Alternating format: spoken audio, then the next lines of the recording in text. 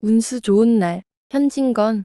새침하게 흐린 품이 눈이 올 듯하더니 눈은 아니 오고 올다가 만 비가 추적추적 내리는 날이었다. 문 안에 거기도 문 밖은 아니지만 들어간답시는 앞집 마마님을 전찻길까지 모셔다 드린 것을 비로스로 행여나 손님이 있을까 하고 정류장에서 어정어정하면 애리는 사람 하나하나에게 거의 비는 듯한 눈결을 보내고 있다가 마침내 교원인 듯한 양복쟁이를 동광학교까지 태워다 주기로 되었다. 첫 번에 30전, 둘째 번에 50전 아침 대바람에 그리 흉치 않은 일이었다. 그야말로 재수가 옴붙어서 근 열흘 동안 돈 구경도 못한 김첨지는 10전까지 맥동화 서푼 또는 5푼이 찰깍하고 손바닥에 떨어질 제 거의 눈물을 흘릴 만큼 기뻤었다. 더구나 이날 이때에 이 80전이라는 돈이 그에게 얼마나 유용한지 몰랐다. 컬컬한 목에 모주 한 잔도 적실 수 있거니와 그보다도 앓는 아내에게 설렁탕 한 그릇도 사다 줄 수 있습니다. 그의 아내가 기침으로 쿨룩거리기는 벌써 달포가 넘었다. 조밥도 굶기를 먹다시피 하는 형편이니 물론 약 한 첩 써본 일이 없다. 부태어 쓰려면 못쓸 바도 아니로되 그는 병이란 놈에게 약을 주어 보내면 재미를 붙여서 자꾸 온다는 자기의 신조에 어디까지 충실하였다. 따라서 의사에게 보인 적이 없으니 무슨 병인지는 알 수 없으되 반드시 누워 가지고 일어나기는 새로 모로도 못 눕는 걸 보면 중증은 중증인 듯. 병이 이제도록 심해지기는 열흘 전에 조밥을 먹고 체한 때문이다. 그때도 김첨지가 오래간만에 돈을 얻어서 좁쌀 한 대와 10전짜리 나무 한 단을 사다 주었더니 김첨지의 말에 의지하면 그 오라질 년이 천방지축으로 냄비에 대고 끓였다. 마음은 급하고 불길은 닳지 않아 채 익지도 않은 것을 그 오라질년이 숟가락은 고만두고 손으로 움켜서 두 뺨에 주먹덩이 같은 혹이 붉어지도록 누가 빼앗을 듯이 처박질하더니만 그날 저녁부터 가슴이 땡긴다. 배가 캥긴다고 눈을 흡뜨고 지랄병을 하였다. 그때 김첨지는 여러와 같이 성을 내며 에이 오라질년 조랑복은 할 수가 없어. 못 먹어 병. 먹어서 병. 어쩌란 말이야. 왜 눈을 바로 뜨지 못해. 하고 앓는 이의 뺨을 한번 후려 갈겼다. 흡튼 눈은 조금 바루어졌건만 이술이 맺히었다. 김첨지의 눈시울도 뜨끈뜨끈하였다. 이 환자가 그러고도 먹는 데는 물리지 않았다. 사흘 전부터 설렁탕 국물이 마시고 싶다고 남편을 졸랐다. 이런 오라질년, 조밥도 못 먹는 년이 설렁탕은 또 처먹고 지랄병을 하게 라고 야단을 쳐보았건만 못 사주는 마음이 시원치는 않았다. 인제 설렁탕을 사줄 수도 있다. 앓는 어미 곁에서 배고파 보채는 개똥이 3살 먹이에게 죽을 사줄 수도 있다. 80전을 쥔 김첨지의 마음은 푼푼하였다. 그러나 그의 행운은 그걸로 그치지 않았다. 땀과 빗물이 섞여 흐르는 목덜미를 기름주머니가 다 된 외목수건으로 닦으며 그 학교 문을 돌아 나올 때였다. 뒤에서 인력거 하고 부르는 소리가 난다. 자기를 불러 멈춘 사람이 그 학교 학생인 줄 김첨지는 한 번 보고 짐작할 수 있었다. 그 학생은 다짜고짜로 남대문 정거장까지 얼마요?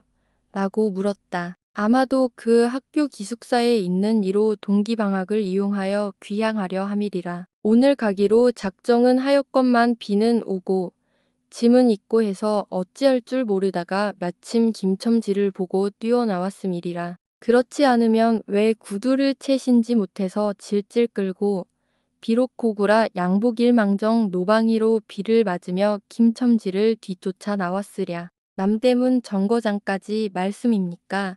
하고 김첨지는 잠깐 주저하였다. 그는 이유중한 우장도 없이 그 먼 곳을 철벅거리고 가기가 싫었음일까? 처음 것 둘째 것으로 고만 만족하였음일까? 아니다, 결코 아니다. 이상하게도 꼬리를 맞물고 덤비는 이 행운 앞에 조금 겁이 났습니다. 그리고 집을 나올 제 아내의 부탁이 마음이 캥기었다. 앞집 마마님한테서 부르러 왔을 제 병인은 뼈만 남은 얼굴에 유일의 샘물 같은 유달리 크고 움푹한 눈에 애결하는 빛을 띄우며 오늘은 나가지 말아요. 제발 덕분에 집에 붙어 있어요. 내가 이렇게 아픈데. 라고 모기 소리같이 중얼거리고 숨을 걸그렁걸그렁하였다. 그때의 김첨지는 대수롭지 않은 듯이 아따 젠장 맞을 년 별 빌어먹을 소리를 다 하네. 맞붙들고 앉았으면 누가 먹여 살릴 줄 알아 하고 훌쩍 뛰어나오려니까 환자는 붙잡을 듯이 팔을 내저으며 나가지 말라도 그래. 그러면 일찍이 들어와요. 하고 목매인 소리가 뒤를 따랐다. 정거장까지 가잔 말을 들은 순간에 경련적으로 떠는 손유달리 큼직한 눈 울 듯한 아내의 얼굴이 김첨지의 눈앞에 어른어른하였다. 그래 남대문 정거장까지 얼마란 말이오. 하고 학생은 초조한 듯이 인력거꾼의 얼굴을 바라보며 혼자말같이 인천차가 11점에 있고 그 다음에는 새로 2점이든가 라고 중얼거린다. 1원 50점만 줍시오. 이 말이 저도 모를 사이에 불쑥 김첨지의 입에서 떨어졌다. 제 입으로 부르고도 스스로 그 엄청난 돈 액수에 놀랐다. 한꺼번에 이런 금액을 불러라도 본 지가 그 얼마만인가. 그러자 그 돈 벌 용기가 병자에 대한 염려를 사르고 말았다. 설마 오늘 내로 어떠랴 싶었다. 무슨 일이 있더라도 제일 제2의 행운을 곱친 것보다도 오히려 갑절이 많은 이 행운을 놓칠 수 없다 하였다. 1원 50전은 너무 과한데. 이런 말을 하며 학생은 고개를 기웃하였다. 아니올시다. 익수로 치면 여기서 거기가 시오리가 넘는답니다. 또 이런 진날은 좀 더 주셔야지요. 하고 빙글빙글 웃는 차부의 얼굴에는 숨길 수 없는 기쁨이 넘쳐 흘렀다. 그러면 달라는 대로 줄 터이니 빨리 가요. 관대한 어린 손님은 이런 말을 남기고 총총히 옷도 입고 짐도 챙기러 갈 대로 갔다. 그 학생을 태우고 나선 김첨지의 다리는 이상하게 거뿐하였다. 다름질을 한다는 이보다 거의 나는 듯하였다. 바퀴도 어떻게 속히 도는지 구른 다는 이보다 마치 얼음을 지쳐나가는 스케이트 모양으로 미끄러져 가는 듯하였다. 건당에 비가 내려 미끄럽기도 하였지만 이윽고 끄는 이의 다리가 무거워졌다. 자기 집 가까이 다다른 까닭이다. 새삼스러운 염려가 그의 가슴을 눌렀다. 오늘은 나가지 말아요. 내가 이렇게 아픈데 이런 말이 잉잉 그의 귀에 울렸다. 그리고 병자의 우쑥 들어간 눈이 원망하는 듯이 자기를 노리는 듯하였다. 그러자 엉엉하고 우는 개똥이의 곡성을 들은 듯 싶었다. 딸꾹딸꾹하고 숨 모으는 소리도 나는 듯 싶다. 왜 이리우? 기찬 오찌겠구먼. 하고 탄 이의 초조한 부르짖음이 간신히 그의 귀에 들어왔다. 언뜻 깨달으니 김첨지는 인력거를 쥔 채 길 한복판에 엉거주춤 멈춰 있지 않은가. 예, 예. 하고 김첨지는 또다시 다름질하였다. 집이 차차 멀어 갈수록 김첨지의 걸음에는 다시금 신이 나기 시작하였다. 다리를 제게 놀려야만 쉴 새 없이 자기의 머리에 떠오르는 모든 근심과 걱정을 잊을 듯이 정거장까지 끌어다 주고 그 깜짝 놀란 1원 50전을 정말 제 손에 쥐매 제 말 맞다나 심리나 되는 길을 비를 맞아가며 질퍽거리고 온 생각은 아니하고 거저나 얻은 듯이 고마웠다. 졸부나 된 듯이 기뻤다. 제 자식뻘밖에 안 되는 어린 손님에게 몇 번 허리를 굽히며 안녕히 다녀옵시오. 라고 깍듯이 재우쳤다. 그러나 빈 인력거를 털털거리며 우중에 돌아갈 일이 꿈밖이었다. 노동으로 하여 흐른 땀이 식어지자 굶주린 창자에서 물 흐르는 옷에서 어슬어슬 한기가 쏟아나기 비롯함에 1원 50전이란 돈이 얼마나 괜찮고 괴로운 것인 줄 절절히 느끼었다. 정거장을 떠나는 그의 발길은 힘 하나 없었다. 온몸이 옹송그려지며 당장 그 자리에 엎어져 못 일어날 것 같았다. 젠장 맞을 것, 이 비를 맞으며 빈 인력거를 털털거리고 도라를 간담.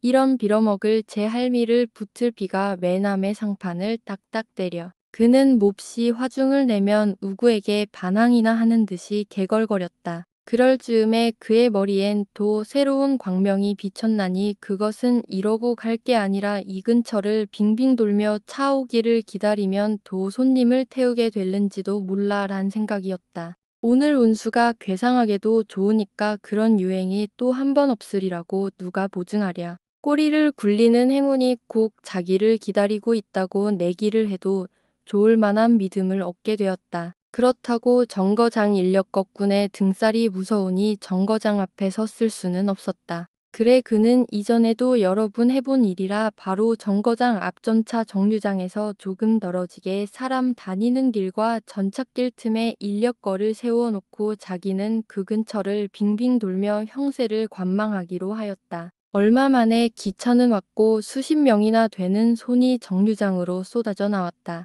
그 중에서 손님을 물색하는 김첨지의 눈엔 양머리에 뒤축 높은 구두를 신고 망토까지 두른 기생 퇴물인 듯 반복 여학생인 듯한 여편네의 모양이 띄었다. 그는 슬근슬근 그 여자의 곁으로 다가들었다. 아씨, 인력거 아니 타시랍시요. 그 여학생인지 만지가 한참은 매우 때깔을 빼며 입술을 꼭 다문 채 김첨지를 거들떠보지도 않았다. 첨지는 구걸하는 거지나 무엇같이 연애연방 그의 기색을 살피며 아씨, 정거장 애들보담 아주 싸게 모셔다 드리겠습니다. 댁이 어디신가요? 하고 추근추근하게도 그 여자의 들고 있는 일본식 버들고리짝에 제 손을 대었다. 왜 이래 남 귀치 않게 소리를 병력같이 지르고는 돌아선다. 김첨지는 어랍시요 하고 물러섰다. 전차는 왔다. 김첨지는 원망스럽게 전차 타는 이를 노리고 있었다. 그러나 그의 예감은 틀리지 않았다. 전차가 빡빡하게 사람을 싣고 움직이기 시작하였을 제 타고 남은 손 하나가 있었다. 굉장하게 큰 가방을 들고 있는 걸 보면 아마 붐비는 차 안에 짐이 크다 하여 차장에게 밀려 내려온 눈치였다. 김첨지는 대어섰다. 인력거를 타시랍시요. 한동안 값으로 승강이를 하다가 60전에 인사동까지 태워다 주기로 하였다. 인력거가 무거워짐에 그의 몸은 이상하게도 가벼워졌고 그리고 또 인력거가 가벼워지니 몸은 다시금 무거워졌건만 이번에는 마음조차 초조해 온다. 집의 광경이 자꾸 눈앞에 어른거리어 인제 유행을 발할 여유도 없었다. 나무 등걸이나 무엇 같고 제 것 같지도 않은 다리를 연해 꾸짖으며 질팡갈팡 뛰는 수밖에 없었다. 저놈의 인력거꾼이 저렇게 술이 취해가지고 이 진당에 어찌 가노? 라고 길 가는 사람이 걱정을 하리만큼 그의 걸음은 황급하였다. 흐리고 비오는 하늘은 어둠침침하게 벌써 황혼에 가까운 듯하다. 창경원 앞까지 다다라서야 그는 턱에 닿는 숨을 돌리고 걸음도 늦추잡았다. 한 걸음 두 걸음 집이 가까워 갈수록 그의 마음조차 괴상하게 누그러웠다. 그런데 이 누그러움은 안심해서 오는 게 아니요. 자기를 덮친 무서운 불행을 빈틈없이 알게 될 때가 박두한 것을 두리는 마음에서 오는 것이다. 그는 불행에 다닥치기 전 시간을 얼마쯤이라도 누리려고 버르적거렸다. 기적에 가까운 벌이를 하였다는 기쁨을 할 수 있으면 오래 지내고 싶었다. 그는 두리번 사면을 살피었다. 그 모양은 마치 자기 집 곧 불행을 향하고 달아가는 제 다리를 제 힘으로는 도저히 어찌할 수 없으니 누구든지 나를 좀 잡아자고 구해다고 하는 듯하였다. 그럴 즈음에 마침 길가 선술집에서 그의 친구 치삼이가 나온다. 그의 우글우글 살찐 얼굴에 주홍이 덧는 듯 온 턱과 뺨을 시커멓게 구레나룻이 덮였거늘 노릇탱탱한 얼굴이 바짝 말라서 여기저기 고랑이 패고 수염도 있대야 턱 밑에만 마치 솔잎송리를 거꾸로 붙여놓은 듯한 김첨지의 풍채하고는 기이한 대상을 짓고 있었다. 여보게 김첨지. 자네 문 안 들어갔다 오는 모양일세 그려. 돈 많이 벌었을 테니 한 잔 빨리게. 뚱뚱 보는 말라깨기를 보던 말에 부르짖었다. 그 목소리는 몸집과 딴판으로 연하고 싹싹하였다. 김첨지는 이 친구를 만난 게 어떻게 반가운지 몰랐다. 자기를 살려준 은인이나 무엇같이 고맙기도 하였다. 자네는 벌써 한 잔 한 모양일세 그려. 자네도 오늘 재미가 좋아 보이. 하고 김첨지는 얼굴을 펴서 웃었다. 아따, 재미 안 좋다고 술 못 먹을 낸가. 그런데 여보게, 자네 왼몸이 어째 물독에 빠진 새앙쥐 같은가. 어서 이리 들어와 말리게. 선술집은 훈훈하고 뜨뜻하였다. 추어탕을 끓이는 솥뚜껑을 열 적마다 뭉게뭉게 떠오르는 흰김석쇠에서 뻐지짓 구워지는 너비 아니구이며 제육이며 간이며 콩팥이며 북어며 빈대떡. 이 너저분하게 늘어 놓인 안주 탁자에 김첨지는 갑자기 속이 쓰려서 견딜 수 없었다. 마음대로 하량이면 거기 있는 모든 먹은먹니를 모조리 깡그리 집어삼켜도 시원치 않았다 하되 배고픈 이는 위선불량 많은 반대떡 2개를 조이기도 하고 추어탕을 한 그릇 청하였다. 줄인 창자는 음식 맛을 보더니 더욱더욱 비어지며 자꾸자꾸 드리라 하였다. 순식간에 두부와 밑구리 든 국 한 그릇을 그냥 물같이 들이켜고 말았다. 셋째 그릇을 받아 들었을 제 데우던 막걸리 곱빼기 2잔이 더웠다. 치사미와 같이 마시자 원원이 비었던 속이라 찌르르 하고 창자에 퍼지며 얼굴이 화끈하였다.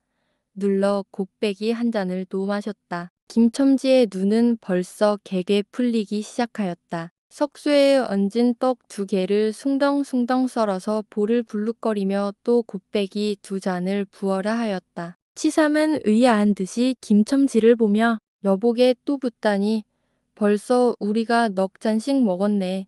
돈이 40전일세. 라고 주의시켰다. 아따 이놈아 40전이 그리 끔찍하냐. 오늘 내가 돈을 막 벌었어. 참 오늘 운수가 좋았느니. 그래 얼마를 벌었단 말인가. 30원을 벌었어. 30원을. 이런 젠장 맞을 수를 왜 안 부어. 괜찮다 괜찮아. 막 먹어도 상관이 없어. 오늘 돈 산더미같이 벌었는데. 이 사람 취했군. 그만두세. 이놈아 그걸 먹고 취할 내냐. 어서 더 먹어. 하고는 치삼의 귀를 잡아치며 취한 이는 부르짖었다. 그리고 술을 붓는 15살 됨직한 중대가리에게로 달려들며 이놈 오라질 놈 왜 술을 붓지 않어 라고 야단을 쳤다. 중대가리는 희히 웃고 치삼을 보며 문의하는 듯이 눈짓을 하였다. 주정꾼이 이 눈치를 알아보고 화를 버럭 내며 애미를 붙을 이 오라질 놈들 같으니 이놈네가 돈이 없을 줄 알고 하자마자 허리춤을 흠칫흠칫하더니 이 원짜리 한 장을 꺼내어 중대가리 앞에 펄쩍 집어던졌다. 그 사품에 몇 푼 은전이 잘그랑하며 떨어진다. 여보게 돈 떨어졌네. 왜 돈을 막 기었나. 이런 말을 하며 일변 돈을 줍는다. 김첨지는 취한 중에도 돈의 거처를 살피는 듯이 눈을 크게 떠서 땅을 내려다보다가 불시에 제 하는 짓이 너무 더럽다는 듯이 고개를 소스라치자 더욱 성을 내며 봐라 이 더러운 놈들아. 내가 돈이 없나 다리뼈 다구를 꺾어 놓을 놈들 같으니 하고 치삼에 주어주는 돈을 받아 이원수의 돈, 이 익사를 할 돈 하면서 풀매질을 친다. 벽에 맞아 떨어진 돈은 다시 술 끓이는 양푼에 떨어지며 정당한 매를 맞는다는 듯이 쨍하고 울었다. 곱빼기 2잔은 도 부어질 겨를도 없이 말려가고 말았다. 김첨지는 입술과 수염에 붙은 술을 빨아들이고 나서 매우 만족한 듯이 그 솔잎송이 수염을 쓰다듬으며 또 부어 또 부어 라고 외쳤다. 또 한 잔 먹고 나서 김첨지는 치삼의 어깨를 치며 문득 걸걸 웃는다. 그 웃음소리가 어떻게 컸던지 술집에 있는 이의 눈은 모두 김첨지에게로 몰리었다. 웃는 이는 더욱 웃으며 여보게 치삼이 내 우스운 이야기 하나 할까. 오늘 손을 태고 정거장에 가지 않았겠나. 그래서 갔다가 그저 오기가 안 됐대 그려. 그래 전차 정류장에서 얼음얼음하며 손님 하나를 태울 구미를 하지 않았나. 거기 마침 마마님이신지 여학생이신지 요새야 어디 논다니와 아가씨를 구별할 수가 있던가 망토를 잡수시고 비를 맞고 서 있겠지. 슬근슬근 가까이 가서 인력껏 하시랍시요 하고 손가방을 받으려니까 내 손을 탁 부리치고 획 돌아서더니만 왜 남을 이렇게 귀찮게 굴어. 그 소리야말로 꾀꼬리 소리지. 허허. 김첨지는 교묘하게도 정말 꾀꼬리 같은 소리를 내었다. 모든 사람은 일시에 웃었다. 빌어먹을 깍쟁이 같은 년. 누가 저를 어쩌나. 왜 남을 귀찮게 굴어. 어이구 소리가 처신도 없지. 허허. 웃음소리들은 높아졌다. 그러나 그 웃음소리들이 살아도 자기 전에 김첨지는 훌쩍훌쩍 울기 시작하였다. 치삼은 어이없이 주정뱅이를 바라보며 금방 웃고 지랄을 하더니 우는 건 또 무슨 일인가. 김첨지는 연애 코를 들이마시며 우리 마누라가 죽었다네. 뭐 마누라가 죽다니. 언제? 이놈아 언제는 오늘이지. 애끼 미친놈. 거짓말 말야. 거짓말은 왜? 참말로 죽었어. 참말로.